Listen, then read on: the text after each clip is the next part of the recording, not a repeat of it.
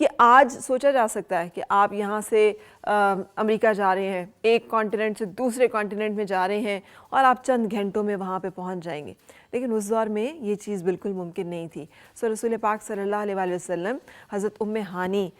کے گھر میں، جو کہ ان کی پھوپھی زاد بہن ہے، محو استراحت تھے، اور رات کے ایک پہر میں آپ کو لے جایا گیا مسجد حرام میں، اور وہاں پر حتیم سے آپ کا یہ سفر جو ہے یہ شروع ہوا۔ آپ صلی اللہ علیہ وآلہ وسلم نے اپنی سواری کو بیان کیا بخاری شریف کی احادیث میں، اور وہ براق کی سواری جس کو کہ کہا گیا، اور پھر حضرت جبرائیل علیہ السلام رسول پاک صلی اللہ علیہ وآلہ وسلم کے ہمراہ چلے ہیں، اور راستے میں یہ جو زمینی سفر ہے اس میں بھی کچھ واقعات ہوئے ہیں، اور ان زمینی سفر میں پہلے ان کو راستے میں ایک جگہ پر ایک بڑھیا ملی تو اس نے سلام کیا، تو جبرائیل نے کہا کہ آ جائیے، اور پھر راستے میں ایک اور جو ہے وہ بوڑھا شخص ملا، اس نے بھی سلام کیا، حضرت جبرائیل علیہ السلام نے کہا آ جائیے، اور پھر ایک جماعت کے پاس سے گزرے تو انہوں نے سلام کیا، تو جبرائیل علیہ السلام نے کہا ان کو جواب دیجیے، تو آپ صلی اللہ علیہ وآلہ وسلم نے ان کو سلام کا اور دعا کا جواب عطا فرمایا۔ اسی طرح سے سفر کرتے ہوئے کچھ جگہوں پہ نماز پڑھنے کے بارے میں احادیث میں ہمیں پتہ چلتا ہے، اور اس میں جو ہے وہ یہ ہے کہ ایک جگہ پہ سواری روک کے کہا گیا یا رسول اللہ یہاں پہ نماز پڑھ لیجئے، آپ نے نماز پڑھی، اور تو بتایا گیا کہ بتایا آپ نے نماز جہاں پڑھی ہے یہ مدینہ شریف ہے، یہ وہ جگہ ہے جہاں پر آپ ہجرت فرمائیں گے، کیونکہ یہ جو واقعہ ہو رہا ہے معراج کا یہ 11ویں نبوت کے اور بعثت کے اعلان کے 11ویں سال میں ہو رہا ہے، اور یہ مطلب ابھی ہجرت سے 2 سال پہلے کا یہ واقعہ ہے۔ اور پھر اس کے بعد مدینہ کے بعد آپ آگے چلے ہیں تو ایک اور جگہ نماز پڑھنے کا حکم ہوا، تو آپ نے نماز وہاں پہ ادا کی، تو پھر جبرائیل علیہ السلام نے بتایا کہ یہ طور سینہ ہے، یہ وہ جگہ ہے جہاں پر حضرت موسیٰ علیہ السلام ہم کلام ہوئے تھے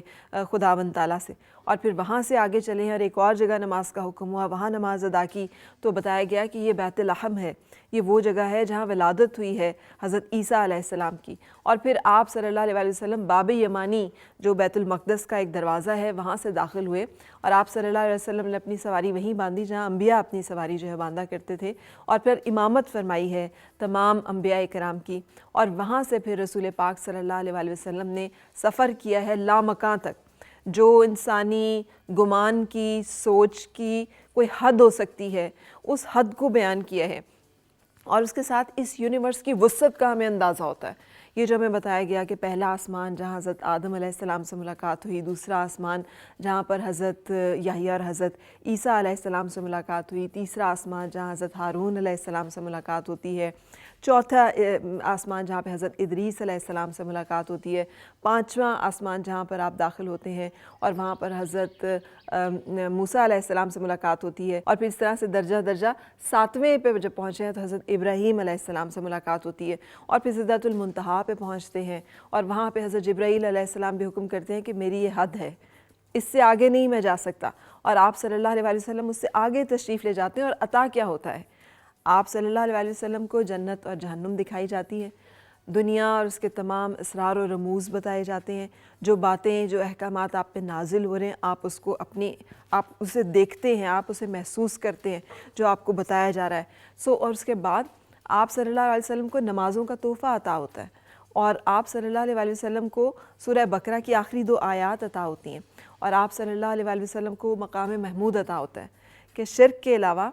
کوئی بھی ایسا گناہ جو آپ کی امت کرے گی اور آپ صلی اللہ علیہ وآلہ وسلم کی جو شفاعت ہوگی وہ نصیب ہوگی جن لوگوں کو، تو اللہ پاک ان لوگوں کو بخش دیں گے۔ یہ ایک ایسا خوبصورت سفر ہے کہ اس پہ یقین اور اس پہ ایمان لے کر آنا ہم سب کے ایمان کا اور یقین کا حصہ ہے، اور یہ ٹیسٹ بھی ہے کہ ہم کتنا کن باتوں کو مانتے ہیں کہ جہاں پر ہمیں لگے کہ سائنٹیفکلی پروو ہو سکتا ہے یا نہیں ہو سکتا، لاجیکلی جسٹیفائی ہو سکتا ہے یا نہیں ہو سکتا، عقل اسے ماننے کے لیے تیار ہے کہ نہیں ہے۔ ہمارا ایمان اگر اس بات پہ ہے کہ وہ رب جو ہے وہ تمام کائناتوں، اس کی تمام وسعتوں پہ حکمران ہے، اور نبی پاک صلی اللہ علیہ وآلہ وسلم ہر زمانے کے جو ہیں وہ نبی ہیں اور نبی آخر ہیں، اس لیے آپ صلی اللہ علیہ وآلہ وسلم کے اوپر تمام اسرار جو ہیں اس کائنات کے وہ کھول دیے گئے، تو یقینی طور پر ہم اس رات کی جو ایک حکمت ہے اور دانائی ہے اور اس رات کے اندر جو مصلحتیں ہیں اس کے اوپر مکمل ایمان لے کر آئیں گے۔ آج ہم نے پروگرام جو اسی حوالے سے ترتیب دی ہے تاکہ رات تو مجھے یقین آپ نے عبادت اور دعائیں کی ہوں گی، روزہ جو آج کا بہت سارے لوگ نفلی رکھتے ہیں، لیکن ہمیں جاننا بھی ضروری ہے کہ اس میں ہمیں پیغام کیا دیا گیا ہے آئندہ آنے والی بہت ساری نسلوں کے لیے اور زمانوں کے لیے۔ ایک بریک کے بعد ہم آپ کی ملاقات کرائیں گے اپنے آج کے مہمانوں سے، ساتھ رہیے گا۔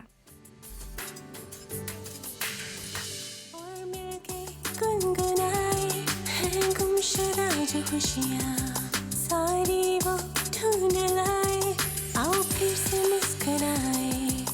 Morning with Farah.